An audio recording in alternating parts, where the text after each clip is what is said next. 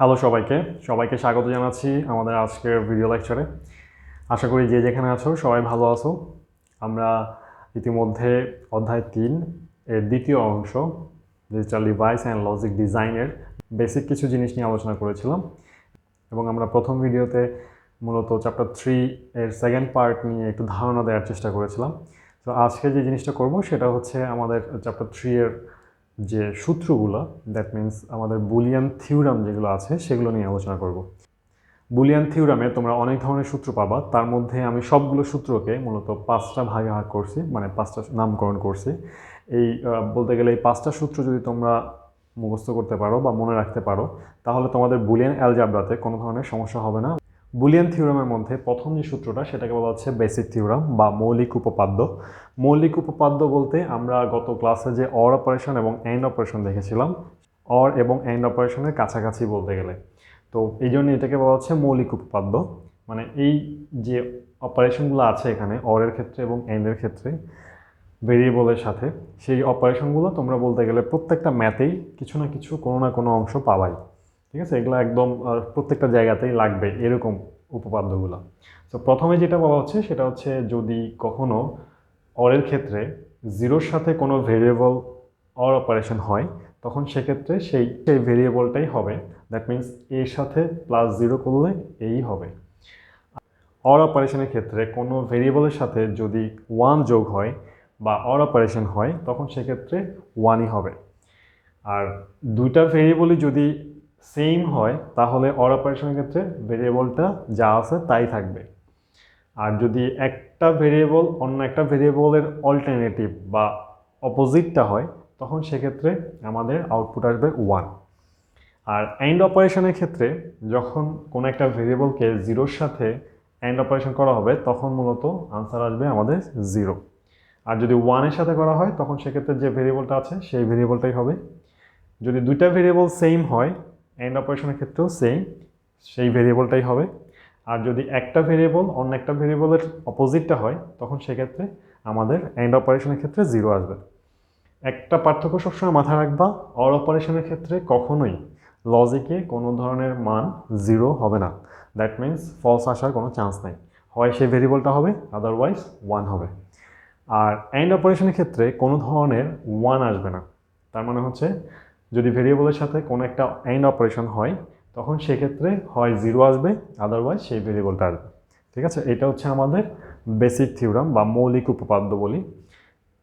অনেক বইতে এই উপপাদ্যগুলোকে 4টাকে আবার 4 ধরনের নাম দেওয়া হয়েছে, তো ওটা কোনো ব্যাপার না। তোমরা মৌলিক উপপাদ্য বললে এই 4টা মনে রাখতে পারো। মানে এই 4টা মিলে মূলত বেসিক্যালি বলা হচ্ছে অর অপারেশনের বেসিক থিওরাম, আর এন্ডের ক্ষেত্রে এই 4টাকে বলা হচ্ছে এন্ড অপারেশনের বেসিক থিওরাম।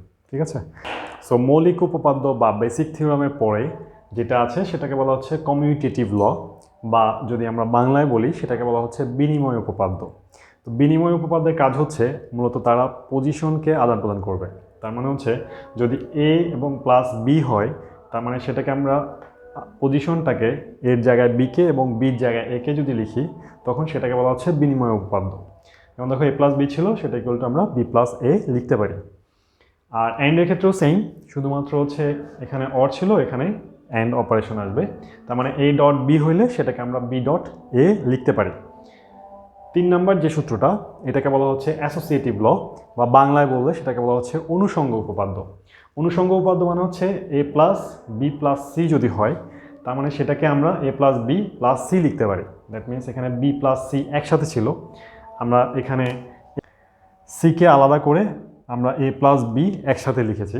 তার মানে এই ওয়েতে যদি লেখা হয় তখন সেটাকে বলা হচ্ছে অনুষঙ্গ উপপাদ্য।